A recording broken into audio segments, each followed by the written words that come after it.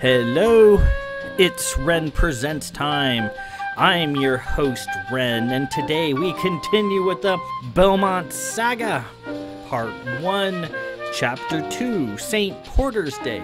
I'm finding out, as I'm rediscovering as I read through this book, that I was much more generous with the font size, kerning, and line spacing in this book than in previous ones, so there's a lot less words on each page than there were in some of my previous books where they were stuffed to the gills with letters. These pages go by pretty fast, so this is only a few pages long. We're also going to do Chapter 3, which is known as Tyrol Sorcery. Oh, that sounds arcane, doesn't it? Last week, we finished up the prologues. We were introduced to a letter from the creepy Fiend of Calvert, calling out the Mad Lord of Walther, who was basically a superhero from the East, dressed up in a long coat and a big hat and a mask, was a personal boyhood hero of Lord Stenstrom before he was a paymaster, before he was just a kid, as he met in person and witnessed some of the exploits of the Mad Lord and sort of styled himself in a similar fashion. The Fiend of Calvert doesn't like the Mad Lord, as the Mad Lord was paid to roust him out by one Lord Gerald Catherbaum, a very prominent citizen in the various cities of Calvert. Mad Lord fulfilled his contract, and the Fiend of Calvert was never seen again, at least until now. But as I mentioned before, circles and connections play a big part of this book, and we'll see that this weird-ass Victorian-style Jack the Ripper-esque killer is very close to our main characters. Sometimes just an arm length away. Yeah. Ooh. This week, 2 chapters, Chapter 2 and Chapter 3. We also examined in Chapter 1, just before Paymaster Stenstrom headed down south to take command of the Seeker that he was appointed to and paid his money, basically, to take the captain's chair of the Seeker, while staying in his ancestral home and actually in his boyhood bed. He had the old dream, a dream that comes to him often during times of stress and sometimes times of momentous change. A dream of himself and his 2 favorite sisters, Lyra and Virginia, playing in a pit of sand behind the manor. And as Lyra was very tomboyish, she liked to do boyish things, and they were scuffling around in the sand while Virginia watched. She, being a little older and still larger at this point than Stenstrom, threw him into another part of the sand pit, and then something happened. Something was hidden in the sand. We don't know what, because in his dream he can't quite remember what it was that was in the sand or what happened after his sister Lyra, who had a terrified look on her face, ran off to fetch their mother. And that's the end of the dream, and it just stays with him all the time. I have recurring dreams every so often. I'm not really sure what it means, where usually I'm in school, like in college, and I have a class that I keep skipping and not going to, and weeks roll by and I'm getting farther and farther behind, and I need this course to graduate or whatever, move on to the next level, and I just keep not doing my work, not keep reading the book, and it just culminates in me either not even able to find the classroom sometimes, and I have that dream fairly frequently, and I always hate it. Like, I hate that dream. Anyways, things are going to start happening fast now that we're in part 1 of the book and all those pesky prologues are behind us. So, let's proceed immediately. Chapter 2, St. Porter's Day. Stenstrom arrived at the sprawling fleet headquarters in the Xenon city of Armenelos bright and early to perform a series of perfunctory administrative duties and take command of his ship. It had been a month since his contentious appointment with the Admiralty. His mentor, Captain Davidge, had long taken his leave and returned to his ship and his loving countess. He had an appointment with Admiral Derleth of the Third Fleet. He expected it to be a formality, for that's all it should be. After that, he could be introduced to his ship, the Seeker. As he walked through the massive marble corridors framed with statuary, under towering rotundas and lush botanicals, he was surprised how largely empty the complex was. He'd certainly expected it to be much more bustling. In the broad common areas, many of the little shops and eateries were closed, vendor stalls were covered with tarps, and the cantinas were also not open. Ah, of course. It was St. Porter's Day. Stenstrom had completely forgotten. St. Porter's Day was a special holiday celebrated throughout the League. It was a day to express goodwill to one's fellows and to make new friends. It was said a friend or new love made on St. Porter's Day was a friend or love for life. With a quick movement of his hand, he produced his golden locket. He opened it, and there was Lily's radiant face painted in genius strokes, fresh and reassuring. Fatefully, he had also met her on St. Porter's Day 4 years ago. He gave Lily in the locket one last smile and put her back in his coat. Today was going to be amazing. This was his day at last.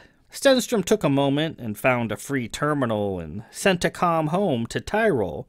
There he greeted his father and his sister Lyra and wished them good fortune, as was customary on St. Porter's Day. They were all smiles and wanted to know how things were progressing. "Well, it hasn't really started yet," he replied. "I just got here." He wrapped up the communication, sat a moment, and then he sent a comm to Lily in faraway Gamboa. He wanted to see her. He wanted to tell her he loved her. At the very least, he hoped for a hearty good luck from her. He waited, not expecting the comm to be answered. Lily hadn't been responding to any of his comms lately. The comm connected. He was elated. "Lily!" he cried. "It is I, Stenstrom!" The image at the far end of the comm was hazy and indistinct, full of rattlings and odd sounds. He thought he saw a point of light, like a lantern light, appear in the distance, and then the comm broke. The screen went black. He thought to resend the comm, but checked his timepiece and thought better of it. Admiral Derleth awaited. He stood and continued on his way through the near-empty complex to the environs of the Third Fleet in the back quarter of the building. He felt confident. Good things were supposed to happen on St. Porter's Day. The area was set up as a series of small structures and landscape courtyards, mixed in with thick greenery from the great Armenelos forest, which wasn't far away. It was so quiet today, he could almost hear the trees growing and sopping up moisture. Stenstrom made his way through the maze of walks and passages and finally found the heavy oak door emblazoned with a brass sign reading Admiral Derleth. Stenstrom knocked loudly on the door with the meaty part of his fist. After a few moments, the door swung open. A meek, small-shouldered fellow stood there.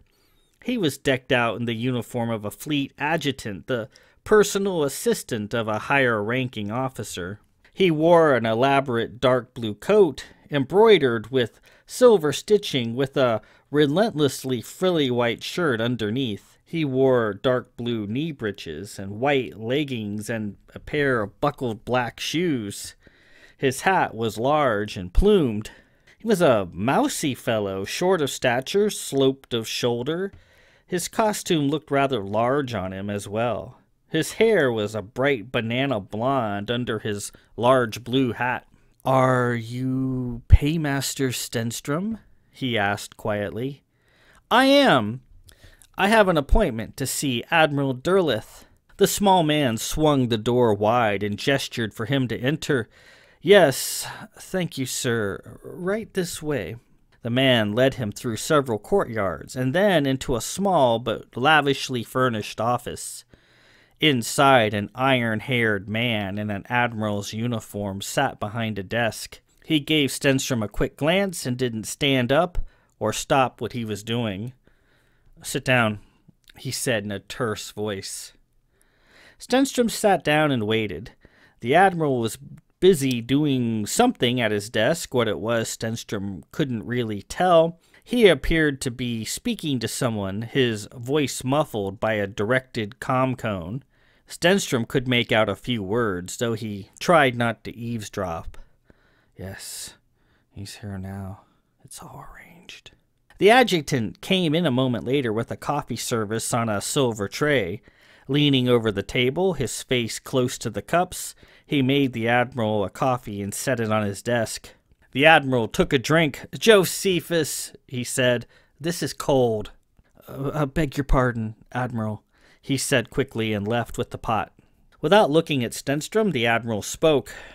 "You have secured appointment to the captain's chair of the main fleet vessel, Seeker. You pledged at the time of your appointment 100,000 Belmont sesterces to be used to fund the refitting of the vessel, as it is in need in several key areas, per fleet regulations. We have received your pledge, and all is well in that regard. At the present time, your appointment status is marked provisional. As you may be aware, there are a number of preconditions that must be met for that appointment to be validated and made permanent or bonded, as we say in the fleet. They are as follows. 1. You must board your vessel no later than 22 bells standard today. Failure to do so shall revoke your appointment. 2. Your first mission must be at the pleasure of the Admiralty. In this case, my pleasure, as the Seeker is my ship. You will undertake a mission that I shall give to you, and you must complete it. Otherwise, again, your appointment shall be revoked, and you will not be bonded." Stenstrom knew all of that. He had, at that time, 9 bells to board the Seeker, and then the mission, the Admiral's Pleasure, as it was known, was usually some tawdry or perfunctory exercise that was more tedious than challenging. "I see," he said. "Thank you. And what is the nature of my mission?" Josephus, the tiny adjutant, returned and prepared another cup of coffee for the admiral from a steaming hot pot. He took it and casually began sipping. "Now, why can't you ever give me coffee like this the first time around, Josephus? This is more like it." "I am sorry, Admiral," he said. "Paymaster, may I press you to a cup?" Stenstrom smiled at him. "Thank you. No, I'm fine." The admiral finished his cup. "Your mission, Lord Belmont, shall be the following. In Warehouse 87 at the far end of the fleet complex is a crate of fine 6-year-old Remnath brandy fermented at my very own home in the hills of Remnath. My house is known for its fine grape brandy. You are to take the brandy to a grand ball that is to be thrown by Admiral Pax at Fleet Annex Teflagar Martin II on the planet Baz. The brandy is to be served to the Admiralty after the main feast has been enjoyed. The ball shall take place on September 32nd. That will give you 12 days to deliver the cargo." 12 days to go to Baz? Is that all, sir? Stenstrom asked. "A trip to Baz at a leisurely rate should take no more than 2 days. "Yes, that is all. Recall, your appointment is at peril.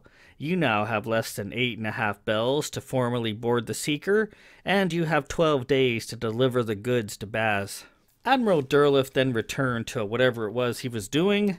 Without a further word, the meeting was over. Stenstrom stood and took his leave. On his way out, he passed Josephus, who was busy preparing a snack for the admiral. He appeared to be having issues seeing what he was doing. "Is there anything else I can do for you, Paymaster?" he asked, looking up from his work, a mustard-loaded spreading knife perched in his small hand. No, I'm fine. Thank you, and happy Porter's Day to you, my friend.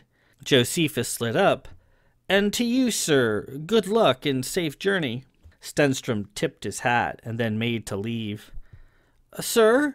Josephus said, calling out to him. Stenstrom turned. The adjutant appeared to want to say something, but had second thoughts. Again, good luck, and be bold. Stenstrom smiled. I shall do so, sir. Thank you. He left the courtyard and made his way through the vast complex to the warehouses at the far end. It was a good, brisk walk that took about 30 minutes. As before, he met few people along the way, even less so as the day wore on. He got to the correct warehouse, number 87, and tried the door. It was locked. A sign posted on the door read, Closed for St. Porter's Day. Will reopen standard hours 9:21. Huh. Stenstrom stood there and thought, this could be a bit tougher than he first imagined. With the place virtually deserted for the holiday, how was he to secure, load, and transport his cargo to the Seeker? Another problem immediately entered his mind.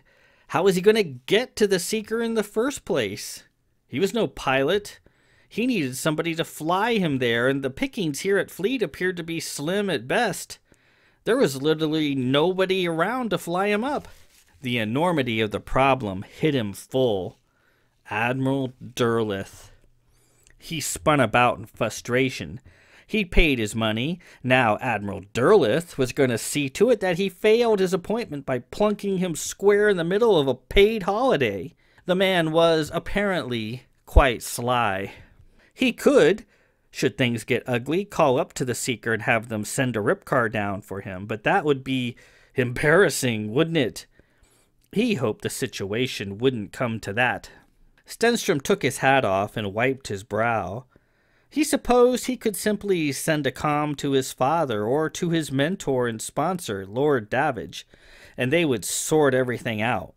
One or two heated comms to the Admiralty, and this puerile attempt to drum him off the Seeker's chair before he'd had a chance to sit in it would be quashed, cold. But should he do that, he would be partially validating the Admiral's low opinion of him. They had set obstacles before him. Now it was time to conquer them unassisted. So be it. The loins were about to be girded. And with that, we conclude Chapter 2, St. Porter's Day. So, as we recall from prologue number 2, the appointment, Stenstrom got into a pissing match with the admirals, and they haven't forgotten. No, they haven't forgotten one little bit. They are attempting basically to screw him off his chair, to take his money, and humiliate him, and throw him out onto the street. Admiral Derleth, apparently being quite a sly guy, with his hand in the pocket, a little furrow in the brow, says, hey, well, he's got regulations up to face here, and he has to be aboard his ship by X number of hours, or bells. I use bells and minutes and hours interchangeably sometimes. You know, it's just what it is what it is. He's got 8 bells at this point to get his cargo of brandy to the Seeker, and if he doesn't get it there, his chair is cost. But here he is in the middle of a holiday. There's nobody at the fleet headquarters today. Everyone's out either drinking or home celebrating, whatever. Nobody is at the fleet to help him out right now. So he's in a bit of a pickle. So, Chapter 3, Tyrol Sorcery. Let's see how Paymaster Stenstrom faces up to some of these challenges and see if he can get his ass aboard his own ship in the appropriate amount of time. So here we go. Chapter 3, Tyrol Sorcery. He tried the warehouse door again. It was locked. So, thusly inconvenienced and all alone by design, he determined he was given lease to use any methods necessary to accomplish his goal. So, what was he to do? Unlike his father and Captain Davidge, he had no gifts of the mind. The fantastic abilities people from the north and from Xenon could do, his mother's Tyrol stock had suppressed it in him. Neither he nor his 29 sisters could perform gifts of the mind. But that didn't mean he was helpless here. Far from it. Training he had, 9 years of it, in topics unspoken outside of Tyrol. He pushed up the sleeves of his coat and made ready. It was time to make good use of the skills his mother had taught him. He could, drawing upon his training as a sorcerer, take command of this situation in any number of ways. For the simple task of opening the door to the warehouse, not but a bit of sleight of hand should suffice. He produced, as if by conjuration, an elaborate set of manual and magnetic lockpicks. He'd fully inherited his mother's dexterous hands, and his skill at producing handheld items out of thin air was impressive. Mother had trained him well. The lock to the warehouse was a simple manual type, and since nobody was about, there was no need to be sly about it. He selected a raven's tooth manual pick and inserted it, tested around a bit, his trained fingers feeling the internal landscape of the lock through the shaft of the pick. He applied tension and went to work. But wait, voices. People approached. Stenstrom ceased his work and stepped away. 2 Marines came into the area and stopped near the entrance to the warehouse. "This the door?" One Marine asked. "Yup." "I don't see nobody. Do you?" The other Marine looked around. "Nope." Stenstrom was standing right there, not 10 feet away. Yet another one of the skills that Mother had taught him, to melt into the shadows and be unseen. Stenstrom was adept at it. He leaned against the warehouse and waited for them to leave. One of the Marines tried the door. "Locked up tight. What are we doing here again?" "Got a report of a suspicious person snooping about." "I don't see nobody. Let's to the canteen and set to it. It's St. Porter's Day, for creation's sake." The other Marine looked around again and adjusted his cap. "All right, I'm satisfied. Let's log our report and be off." Stenstrom stifled a yawn as the second Marine pulled his communicator. "Base," he said. "Go ahead," came a reply. "Base A1 investigating report of an unauthorized person skulking about Fleet Warehouse 87. We have investigated and have determined there are no unauthorized persons about. We are quitting the area." "Negative," came the reply. "Accomplish standard fret scan." The 2 Marines winced. One of them got out a small device with a fold-down screen. He adjusted the screen and pressed the buttons. "Well, go on," he said to the other Marine. "Start spraying." The other Marine produced a small gray can from his coat and started moving about the face of the door of the warehouse, spraying a thick, hanging mist from the can. He came within a few feet of Stenstrom, getting him in the face with the spray. It smelled like peaches. The Marine holding the device waved it around. "I'm not detecting any hint of use of gifts here. No wafting, no cloaks. I see a fading bit of heat near the door, but that's all. Probably just somebody stopping by forgetting it's the holiday." "Let me please be off then?" the Marine holding the can asked. "Base A1, the first Marine said, putting his device away. "Fret scan accomplished. No activity detected. We are retiring from the area." "Acknowledged." With that, the Marine put his communicator back into his coat, and the both of them walked away. A moment later, Stenstrom returned to the door and continued his work. He slid the pick back in, and with a satisfying click, the door opened. It was easy. Mother would be proud. He plunged inside. Within was a vast warehouse. It was quite dark, and Stenstrom could see the blinking lights of motion sensors placed at regular intervals. Again, falling upon his skills, he walked into the interior of the warehouse, his smooth shadow movements not triggering the sensors. He quickly produced a yellow holy stone, gave it a shake, and it began to glow in his hand. Holding it up, he could see well enough to make his way about. Unlike many warehouses he'd seen before, which were dusty, cobweb places, this one was clean and tidy, full of knickknacks and trinkets. he found several partitioned areas which were labeled with what he guessed were the names of various admirals: Pack, Sai, Garth, Riddle, and finally, Derleth. This warehouse must be where the admirals stashed their booty. Rummaging through the Derleth area, Stenstrom found a large crate labeled Baz. Struggling, he pulled it off its place. He found a pry bar and opened the crate. Inside, cushioned in a nest of soft straw, were 12 black bottles of brandy, sealed with wax and labeled with a black covering. Satisfied, he put the lid back on the crate. Testing the crate's weight, he discovered it was too heavy to lift and carry. He looked around. At the far wall was a float lift. Making his way through the dark warehouse, he found the float lift was off and locked down.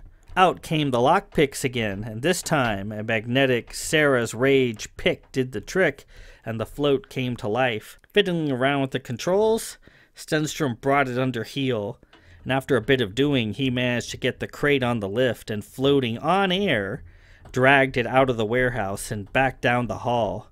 One obstacle down. And with that, we conclude Chapter 3, Tyrol Sorcery. Very short again, as I promised. The depths of the Admiral's treachery is becoming clear. Attempting to screw Paymaster Stenstrom off his chair that he paid for with a lot of money by putting up stipulations that are setting him up to fail. He's got to board his ship within 8 bells. There's nobody here at the fleet office, and someone even called security on him to probably have him detained if he had been caught. But once again, Paymaster Stenstrom has many skills. He has full use of Tyrolese sorcery, which was taught to him by his mother. A number of skills, a lot of herbal knowledge, the ability to create holy stones, these little balls that he can conjure up out of thin air, and they have a variety of effects. The yellow ones create light, the red ones catch fire, the green ones create like a spider web. There's a whole bunch of them that can do various things, and he can just basically conjure them up at will.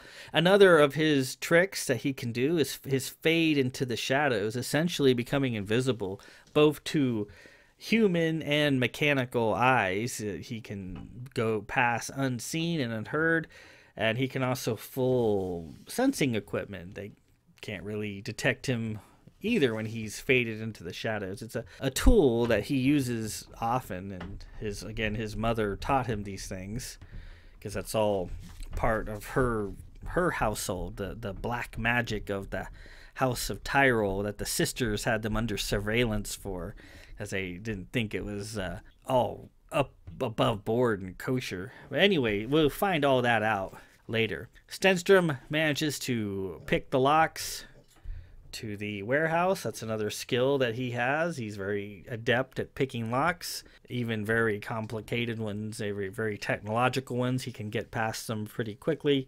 Gets in there, finds the brandy, appropriates a float lift, and he's got it now. He's got the goods. Now he's got to get it to the ship. And we will tackle that next week in Part 1, Chapter 4, Private Tara. So we will see what's happening then. Lots of things going on. The plot is rolling along in this early stage of the book. And we will see how the wily Paymaster Stenstrom is able to get himself out of this situation that he finds himself in. Until then, this is Ren Presents. I am your host, Ren. This has been Unmonetized Story Hour, presented by me, Ren. Peace out.